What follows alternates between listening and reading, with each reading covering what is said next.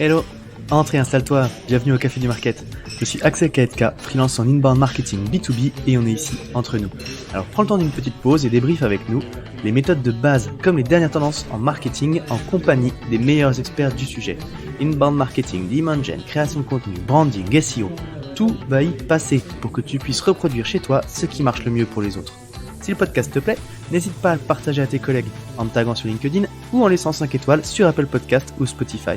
Et maintenant, détends-toi, prends ta boisson préférée et surtout, si tu entends des discussions intéressantes, serre-toi, c'est offert par la maison.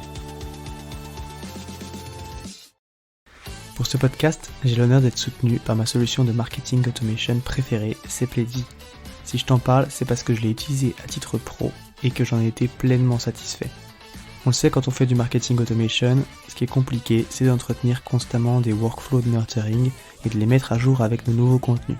Là où Pleddy est très fort, c'est qu'ils ont développé une campagne intelligente qui est capable de pousser automatiquement le bon contenu au bon moment à la bonne personne, en fonction de ses centres d'intérêt et du stade de maturité du lead.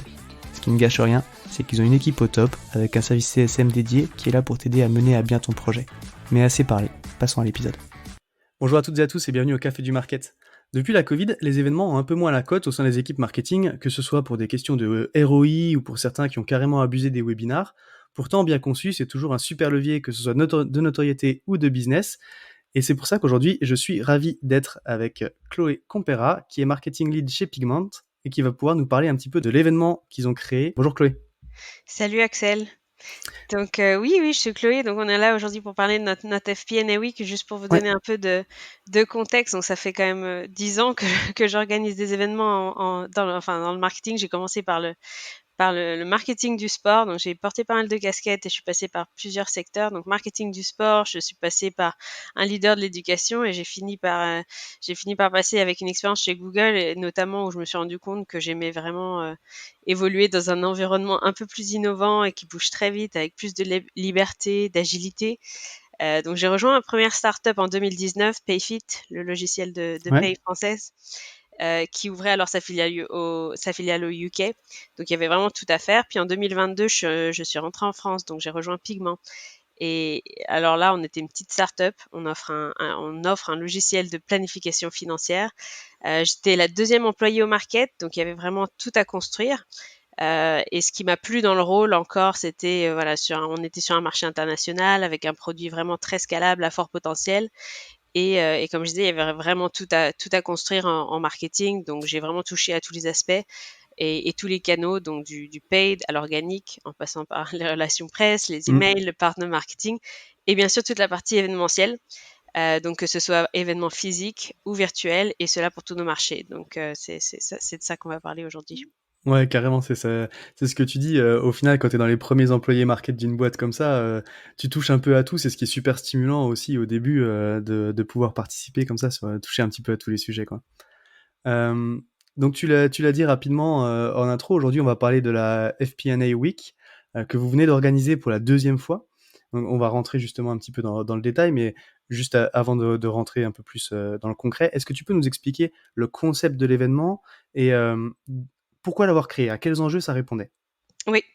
Alors, FP&A, c'est pour Financial Planning and Analysis, donc c'est vraiment l'audience qu'on cible. Hmm. Et comme beaucoup de bonnes idées ou d'idées un peu folles, c'est venu de nos commerciaux, donc un sales en particulier qui se reconnaîtra. C'est vraiment bien connu, mais on peut pas concrétiser toutes les idées qui arrivent au marketing, mais celle-ci paraissait assez réalisable et ambitieuse quand même vu la taille de notre équipe à l'époque, mais elle répondait vraiment à nos besoins en termes de lead gen et de notoriété. Il fallait qu'on organise un événement scalable à grande échelle qui puisse vraiment générer des leads pour l'Europe et l'Amérique du Nord, mais aussi augmenter la présence de notre marque sur ces marchés-là et auprès donc de cette audience-là de direction financière. Donc, on avait déjà fait des webinars en one-off et on Mhm. avait réussi à rassembler une bonne audience.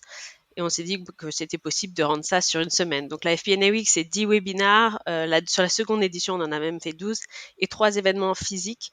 Donc, l'idée, c'est vraiment de célébrer cette communauté FP&A Certains webinars sont des tables rondes avec des experts, donc sur des problématiques précises de la profession. D'autres sont des spotlights avec des experts avec des clients sur certains cas d'usage. Là, on sélectionne quelques clients phares et on a aussi des product tours, donc des démos produits sur des sujets toujours reliés à la planification d'entreprise. Donc, différents formats webinars sur une semaine. Et après, les événements physiques, c'est un peu plus du networking. Ok. Donc voilà, comme ça paraît pas être l'idée du siècle. En tant que marketeur, on en voit pas mal des virtual summits passer, mais tout est vraiment dans la qualité de l'exécution. Donc on a voulu épargner aucun détail du branding. Il fallait vraiment un branding attirant, une charte graphique assez impactante qui vienne dépoussiérer la fonction financière. La plateforme de webinar utilisée aussi, il a fallu qu'on en trouve une nouvelle pour cet événement. L'expérience utilisateur, les différents incitatifs pour pousser aux inscriptions aussi. On a testé pas mal de choses. Et bien sûr, il fallait objectiver un peu toutes les différentes équipes à l'interne pour nous aider à la promotion. Carrément. Et bien sûr, le point crucial pour faire de cet événement un succès, avoir des bons logos et des bons speakers. Ouais, mais ça c'est effectivement, on va en parler de tout ce que vous avez pu mettre en place pour que ce soit une réussite. Donc tu dis quand même, la premier truc, c'est déjà une idée qui remonte des sales. Donc bon, on insiste régulièrement, pour ceux qui écoutent régulièrement le podcast, on en parle assez souvent, mais la relation sales-market, c'est important que ça fonctionne bien. Et c'était sur des objectifs de l'hygiène et de notoriété, du coup. Ouais, les 2 à la fois. Donc c'était c'est ambitieux. C'est Ouais, ambitieux de vouloir effectivement. faire les 2 à la fois et c'est un peu pour ça qu'on a voulu faire différents formats de webinaires aussi parce que on a aussi des clients qui participent, c'est pas que des prospects, c'est pas que du top of funnel, on a aussi des clients qui vont participer, voir d'autres cas d'usage, ça peut aussi les faire réfléchir à d'autres façons d'utiliser notre plateforme. Donc on essaye de toucher un peu tout le monde, que ça soit du prospect, très, très early stage au client. OK. Donc tu l'as dit aussi rapidement, le succès d'un événement comme ça, quand tu veux lui donner de l'envergure, et puis, en faire un summit comme tu dis, ça passe notamment par les speakers. C'est une problématique en soi parce que surtout pour la première édition, après quand tu as plusieurs éditions derrière toi, ça permet forcément tu joues sur la notoriété accumulée, donc c'est plus facile de faire venir des speakers. Mais, heu, comment est-ce que vous avez procédé pour aller chercher les premiers noms? D'autant que vous avez eu quand même quelques beaux logos, quoi. Ouais, donc oui, sans logo attirant, c'est pas vraiment un événement qui peut fonctionner. Donc il faut bien sûr partir de l'audience qu'on va attirer. Dans notre cas, là, c'était vraiment la persona idéale, c'était la direction financière de grandes entreprises et on devait un peu s'éloigner de cette image de start-up tech qui n'offre ses services qu'à d'autres start-up tech. Donc il nous Ouais. fallait des beaux logos, des marques à portée internationale, un mix de boîtes innovantes et de boîtes plus traditionnelles, des cabinets de consulting aussi. Donc ça a été beaucoup d'outreach personnel en passant par nos réseaux. OK. On a fait pas mal de cold outreach sur LinkedIn. On est passé par nos équipes internes, donc les CSM qui ont la relation avec les clients, les sales qui ont la relation avec les prospects, nos execs aussi, mais surtout nos investisseurs. Donc il y a quelque chose D'accord. qu'on fait plutôt bien chez Pigment, c'est demander le soutien de nos investisseurs. On leur demande beaucoup. C'est vraiment une relation qui va dans les deux sens. On a la chance aussi d'avoir des investisseurs, bien sûr, qui ont de très beaux réseaux, et qui sont prêts à nous soutenir, mais on a pu sourcer 30 à 50% de nos speakers à chaque fois par nos investisseurs. Et donc voilà, on part d'un bon logo. Donc la première édition, on est parti d'un speaker de Netflix. Mmh. La deuxième édition, on est parti d'un speaker de Warner Bros. Ça c'était du cold outreach sur LinkedIn, en voyant un peu l'activité de cette personne sur les réseaux et sa participation à d'autres événements, par exemple. OK. Donc voilà, faut vraiment être créatif et et penser à tous les canaux. Mais faut vraiment c'est important de partir, ouais, d'un beau logo, d'un speaker avec un CV intéressant et après voilà et après on arrive à convaincre les autres. Ouais, c'est un peu bête, mais tu l'as dit en même temps, on n'y pense pas, j'allais dire. Certains n'y pensent pas, mais c'est vrai que si tu veux aller les convaincre, là, du coup, tu l'as dit, vous avez un petit peu regardé sur LinkedIn, creusé les prises de parole qu'il avait eues, ce qui s'était passé. Est-ce que c'était le type d'événement auquel il pouvait participer ou pas? Et du coup, ça permet, du coup, derrière en outreach, d'avoir une approche qui est super personnalisée et donc d'être d'autant plus convaincant, de montrer que tu t'étais intéressé déjà à ce qu'il avait fait avant, quoi. Ouais, non, c'est vrai que c'est important d'être personnalisé, d'avoir une approche très personnalisée. Ouais, ça revient de l'outreach de sales au final, Ouais. mais ça donne une bonne idée de l'outreach vers les prospects, ouais. Ok, cool, super intéressant. Et donc après, enfin, on l'a dit, mais c'était un tout nouvel événement dans l'écosystème avec l'ambition d'en faire quand même quelque chose d'important et de référence. C'était quoi d'ailleurs la stratégie pour le faire connaître? Qu'est-ce que vous avez mis en place pour attirer les gens sur la première édition? Et puis après, avec les learnings que vous avez eus, qu'est-ce que vous avez fait qu'est-ce que vous avez changé entre les deux éditions aussi? Alors, on n'a vraiment épargné aucun canal de distribution. Donc, la première édition, il y a à peu près un quart des inscriptions qui sont venues du paid, donc principalement LinkedIn. Ok. Un autre quart qui est venu de l'organique sur LinkedIn aussi.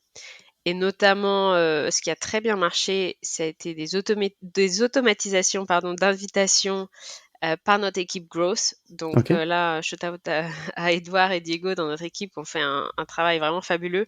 Donc ils ont mis ça en place dès la première édition et le principe est assez simple. En fait, c'est un workflow, on passe par des profils de nos employés, on extrait les connexions au premier degré et on filtre bien sûr les personnes les plus pertinentes en fonction du job title, etc.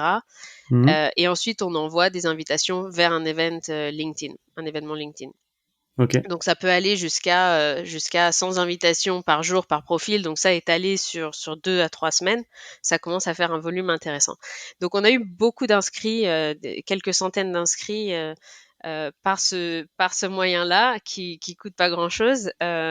Donc bien sûr ça demande quelques outils. Donc eux ils utilisent Captain Data et N8N, Mhm. mais c'est vrai que ça a été un très gros succès.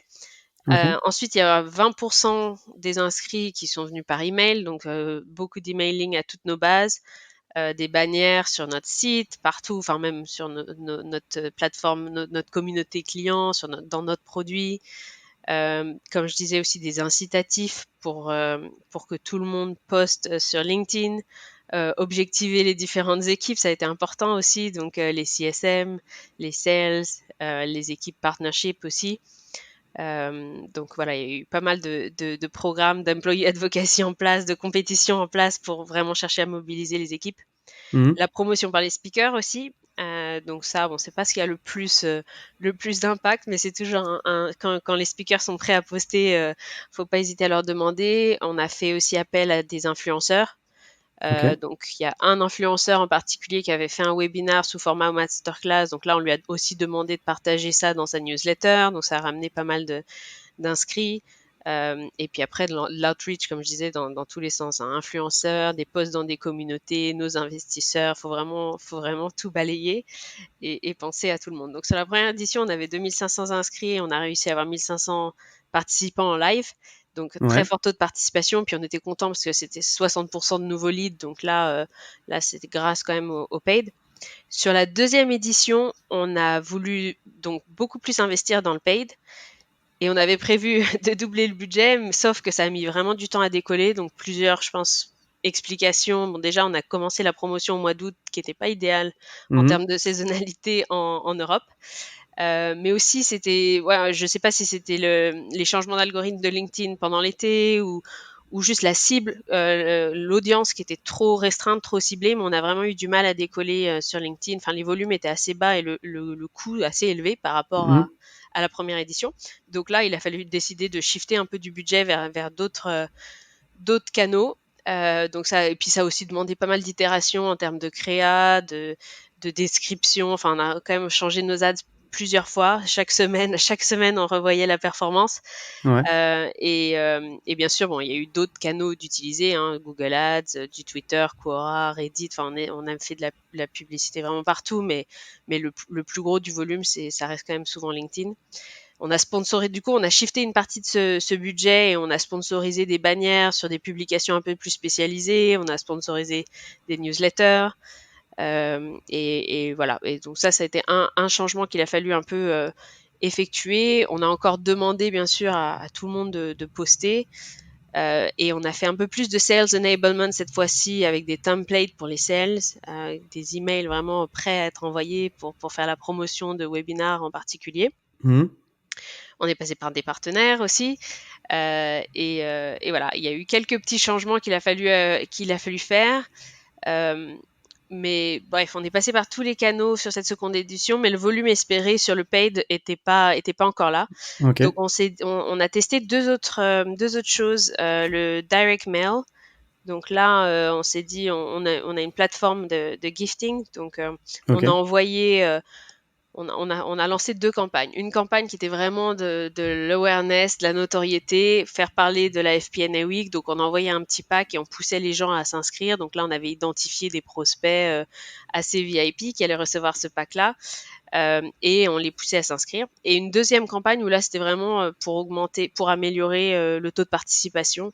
Donc ça, c'était un peu plus tard, c'était juste avant le lancement de la semaine où on leur a envoyé voilà, une petite carte cadeau pour les pousser à participer au webinar.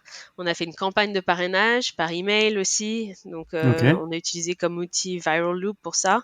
ouais, Et parce que là, sur la seconde édition, principalement, on a eu des inscrits principalement par email. En fait, ça a été le meilleur canal, ça a été email sur cette deuxième édition. Donc, on a testé les campagnes de parrainage par email.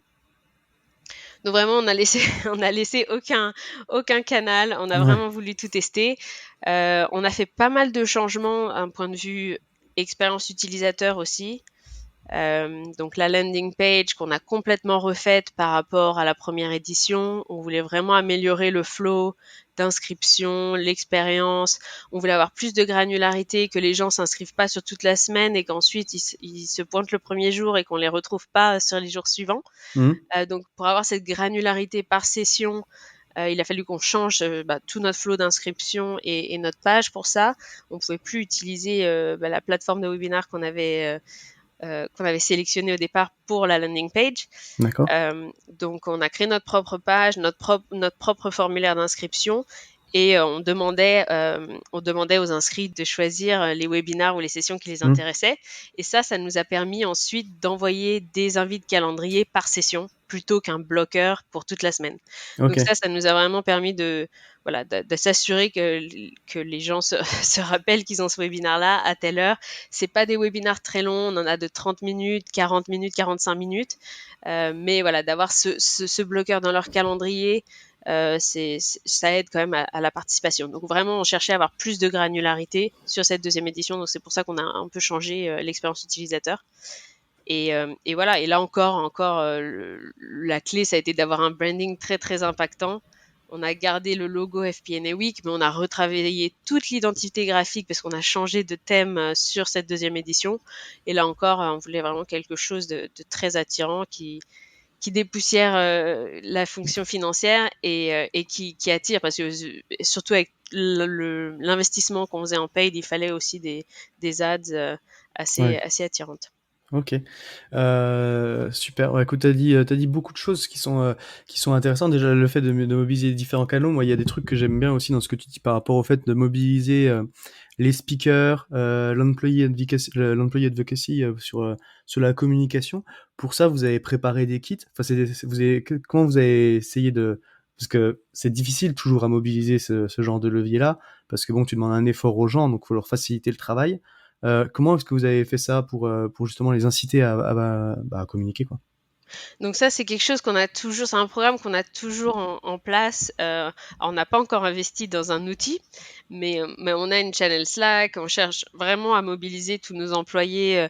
On cherche vraiment à leur faire comprendre que ça a un impact sur l'image de marque de Pigment et sur notre reach sur Mhm. LinkedIn en passant par leur profil. Bien sûr, on touche beaucoup plus de personnes.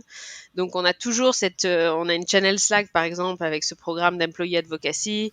Et là, le but, c'était de donner des objectifs par équipe, donc avoir quelques petites compétitions. Bien sûr, il y avait un prix à la clé. Ok. Et voilà, des objectifs par équipe. Il y avait aussi une compétition, le poste le plus créatif, avec le plus d'impression. Enfin, il y avait plusieurs prix à gagner, aussi des prix individuels. Donc voilà, on essaye quand même de les motiver à poster. Après, bien sûr, il faut aussi leur fournir donc tout ce qui est visuel, des Éléments de langage, ouais. descriptifs, etc. Ok, super intéressant. Et donc, si vous l'avez renouvelé cet événement-là, c'est que vous étiez satisfait du résultat. Comment est-ce que sur quoi est-ce que vous avez mesuré l'impact? du coup. Et puis après, qu'est-ce que vous avez prévu aussi pour continuer à le faire vivre entre les deux éditions et pour en tirer le maximum sur le long terme, quoi. Ouais. Alors, si on regarde vraiment, donc, un objectif, comme on disait, c'était la notoriété, donc vraiment très top of funnel, hein. Au niveau awareness, on a regardé le trafic, bien sûr, vers le site. Mhm. On observe comme une nette augmentation de notre trafic à chaque fois pendant les semaines de promotion. Généralement, à chaque fois, on s'est donné minimum un mois de promotion. Donc, on voit vraiment une augmentation assez régulière du trafic sur ces 3 semaines, enfin 4, 3 semaines avant l'événement. Et ça aussi, c'est notamment grâce au paid, hein. On sait que ça va générer pas mal d'impressions et de trafic. Et surtout sur la deuxième édition, on avait augmenté le budget. Mhm. Euh, les conversations des sales aussi. Alors là, sur la première édition, quand j'ai réécouté des appels, des conversations de nos commerciaux, il y a beaucoup de prospects qui ont mentionné s'être inscrits ou avoir entendu parler de la FP&A Week. Donc ça, c'était quand même un bon indicateur. C'est difficile à mesurer, mais c'est vrai que ce feedback constant des sales en disant Ouais. ah bah oui, ils ont entendu parler de nous pendant la FP&A Week, ou ah bah j'ai aussi réussi à ouvrir la conversation grâce à cet événement. Ça, c'est quand même bon, c'est difficile à mesurer, mais c'est pas négligeable. Mhm. Et bien sûr, on essaye de traquer, d'avoir des liens, bien sûr, pour traquer le plus possible, hein, mais d'où viennent tous nos leads. Ensuite, pour répondre à l'objectif de lead gen, bien sûr, on regarde le volume de ces leads, donc combien d'inscrits on a généré, est-ce que c'est des nouveaux prospects, des nouveaux leads ou pas. Est-ce qu'ils répondent un peu à nos critères en termes de qualité? Donc, on regarde les job titles, la taille des entreprises, etc. Et ouais, on observe clairement un pic sur l'année à chaque fois qu'il y a cette FP&A Week. Le mois où on a l'événement, c'est le Mhm. mois où on génère le plus de leads. Ça peut être du 5 fois les leads Ouais. qu'on ferait par mois. Donc, c'est quand même un gros impact. Et aussi plus bas dans le funnel, c'est important aussi de regarder le nombre de conversations ouvertes, facilitées par l'événement, et le nombre d'opportunités créées. On reste quand même très focus sur C'est l'impact. normal. Ultimement, on veut voir si ça a généré du pipeline, donc si ça a créé du pipeline ou si ça a ne serait-ce qu'influencé du pipeline. Donc on mesure ça aussi, bien sûr. Et oui, on se fixe bien sûr un objectif avant l'événement. On se dit, bon, on veut une trentaine d'opportunités créées, par exemple. Là, on s'était sur la deuxième édition, on avait été encore plus ambitieux. Et voilà, c'est ce qu'on mesure. Et c'est vrai qu'on a eu des bons résultats sur le premier. Donc sur le deuxième, il n'y a pas de raison que les résultats Sont moins soient bons, ouais. mauvais. Ok. Et du coup, pour le continuer à le faire vivre, alors pour l'entretenir, cet événement, enfin, tu m'avais dit que vous prévoyez plusieurs choses, du coup. Ouais. Donc là encore, on a créé, donc ça a été pas mal de développement, mais on a aussi créé une page dédiée pour héberger tout le contenu. Donc le but, c'est vraiment de réutiliser le contenu sous différents formats pendant les 6 mois à venir, hein. Voilà, on passe quand même du temps pour préparer l'agenda, préparer les speakers, avoir du contenu qui soit de qualité, qui ait du sens, qui réponde à vraiment des problématiques. Euh, Soit du moment, soit qui vraiment qui hante l'esprit Ouais. des directions financières. Donc, on veut réutiliser ce contenu, et soit sous forme de petits snippets qu'on va réutiliser ensuite dans de la promotion, enfin dans des ads LinkedIn, ou soit par écrit aussi. Donc, on va aussi rédiger des articles ou des livres blancs. Enfin, on va essayer vraiment de recycler ce contenu au maximum. Et donc on en héberge la majorité sur cette page-là on demand. Donc on a une page vraiment à la demande, un peu. On voulait faire un peu quelque chose comme Netflix au départ, où on s'est dit Mhm. on va l'organiser par thématique. C'est les thématiques un peu clés de notre semestre. On sait qu'on va avoir des campagnes sur tel et tel thème. Donc, bien sûr, quand on a travaillé l'agenda de l'événement, on a pris en compte notre roadmap sur les 6 mois à venir, et la thématique des campagnes qu'on voulait sortir pour générer du contenu sur chaque thématique. Mhm. Et voilà. Et après, on organise ce contenu-là sur cette page, et on fait un peu un mix. Donc, la première édition, on avait juste mis les webinars disponibles à la demande. Donc là, bien sûr, ça continue de générer des leads.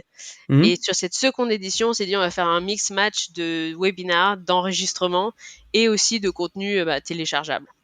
Et il y a aussi, enfin pas tout n'est derrière un formulaire. On essaye quand même de limiter un peu la friction, mais ou de demander l'email qu'une seule fois. Mais voilà, une fois qu'ils ont débloqué cette page, ils ont accès à tout le contenu, que ça soit des petits nuggets de contenu ou l'enregistrement complet du webinaire dans lequel ils sont intéressés. Et puis bien sûr réutiliser ce contenu dans tous nos flows de nurturing, etc. Donc vraiment, faut en tirer le maximum. Et ça a bien marché. Donc on a beaucoup utilisé les enregistrements sur la première édition, et là sur la deuxième édition, on essaye justement d'être encore plus créatif dans la façon de réutiliser ce contenu-là. Ok, super intéressant. Comme tu le dis, en fait, t'as mis beaucoup d'efforts pour créer un événement qui soit qualitatif, avec des bons speakers et tout, sur des problématiques intéressantes. Donc derrière, t'as de la matière de dingue pour développer ta stratégie de contenu sur les semaines qui arrivent, quoi. Enfin, et les mois prochains même. Ouais. Super intéressant. Top. Bah écoute, merci beaucoup pour tout ce partage d'expérience. C'est super riche déjà. Je trouve ça super intéressant. Bon, on parle du coup de choses qui ont marché, mais le rôle enfin la vie de marketeur, c'est aussi des expériences qui ratent. C'est jamais tout rose. C'est quoi toi les plus gros challenges que t'as en ce moment, quoi? Bon, je pense que c'est une réponse que tu dois beaucoup entendre, mais tout ce qui est les questions d'attribution, de marketing ops, Ouais. c'est quand même, ouais, c'est quelque chose qui nous hante en tant que marketeur, parce qu'on veut être capable de tout mesurer, de tout traquer, faire vraiment sens de la donnée. On a quand même, on génère énormément de données maintenant. Mm.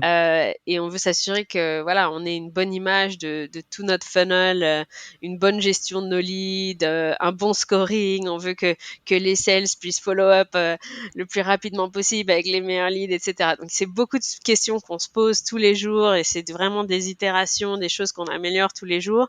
Peut-être d'autres outils qu'il va falloir qu'on mette en place. Pour le moment, on reste sur des flows assez simples, mais mais c'est vrai que c'est quelque chose, ouais, c'est un gros challenge actuellement, tout ce qui est attribution, comment s'assurer qu'on mesure vraiment l'impact de nos actions, mesurer l'influence du marketing. On n'est plus du tout sur une logique inbound, outbound. Faut Mm. vraiment comprendre toute la customer journey, et ça c'est pas évident. Ça peut être vite très manuel. Donc là, il faut qu'on automatise ça, et notamment avec l'augmentation du nombre de leads, on peut plus se permettre de faire ça manuellement. Donc beaucoup d'investissements à faire côté marketing ops. Ça c'est Mm. un gros sujet. Heureusement, on s'y est pris tôt. Heureusement, on s'y est pris tôt. Heureusement, nos bases de données sont très très clean. On a toujours fait bien attention à ça, mais voilà, il y a pas mal de choses de travail à faire là-dessus.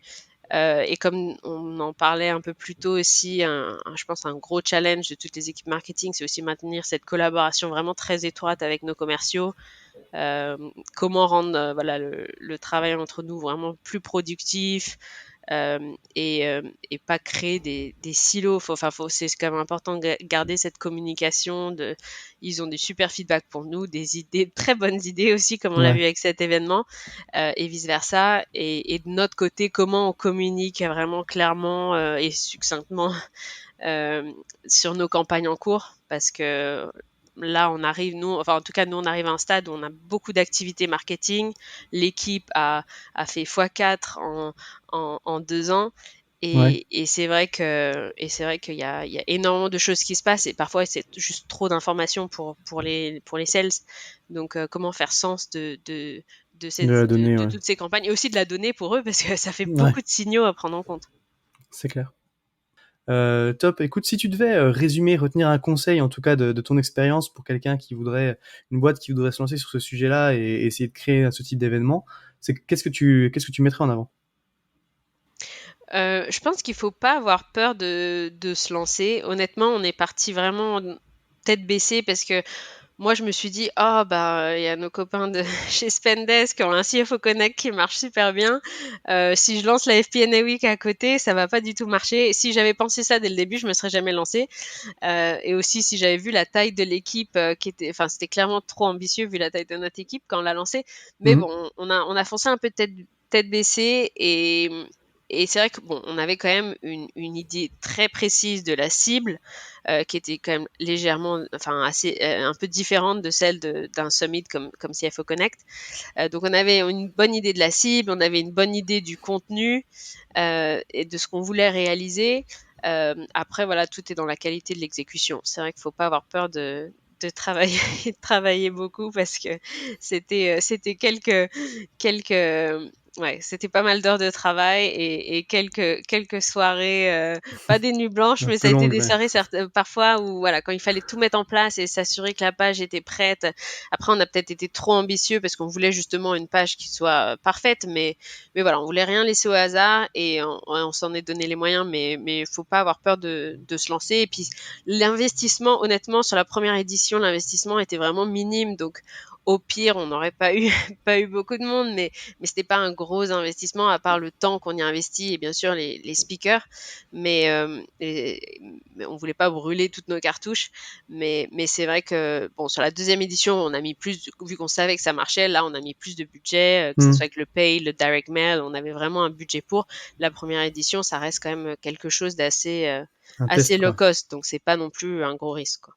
Ok, donc ne pas avoir peur de se lancer, à condition d'exécuter comme il faut, par contre, faut y aller, quoi. Comme tu l'as dit, au final, t'as ce premier événement qui est peut-être un petit peu moins d'un petit peu moins grosse dimension, qui teste, et puis une fois que t'as validé l'idée, bah, tu peux déployer plus de budget sur la deuxième, quoi. Top. Bah écoute, encore une fois, merci pour tout ça, Chloé. C'était un plaisir d'échanger avec toi sur le podcast. Si jamais il y a des petites questions pour toi, du côté de LinkedIn, je pense que t'as pas mal mentionné, mais c'est Ouais, bah oui, ouais, merci à toi déjà de m'avoir invité. Et puis oui, si vous avez des questions, n'hésitez pas à me contacter sur LinkedIn. C'est le meilleur endroit pour les poser. top. Bah écoute, encore une fois, merci beaucoup. Et puis bah, je te souhaite une bonne journée maintenant. Merci à toi aussi. Salut. À tous ceux qui ont tenu jusqu'ici, déjà merci beaucoup, et j'imagine que le sujet vous a plu, donc n'hésitez pas à envoyer de bonnes ondes à notre invité. Pour ceux qui le souhaitent, le meilleur moyen de soutenir le podcast, ça reste d'en parler autour de vous et de laisser 5 étoiles sur ta plateforme d'écoute préférée. Je compte sur toi. Dans tous les cas, à bientôt pour un prochain rendez-vous au Café du Market.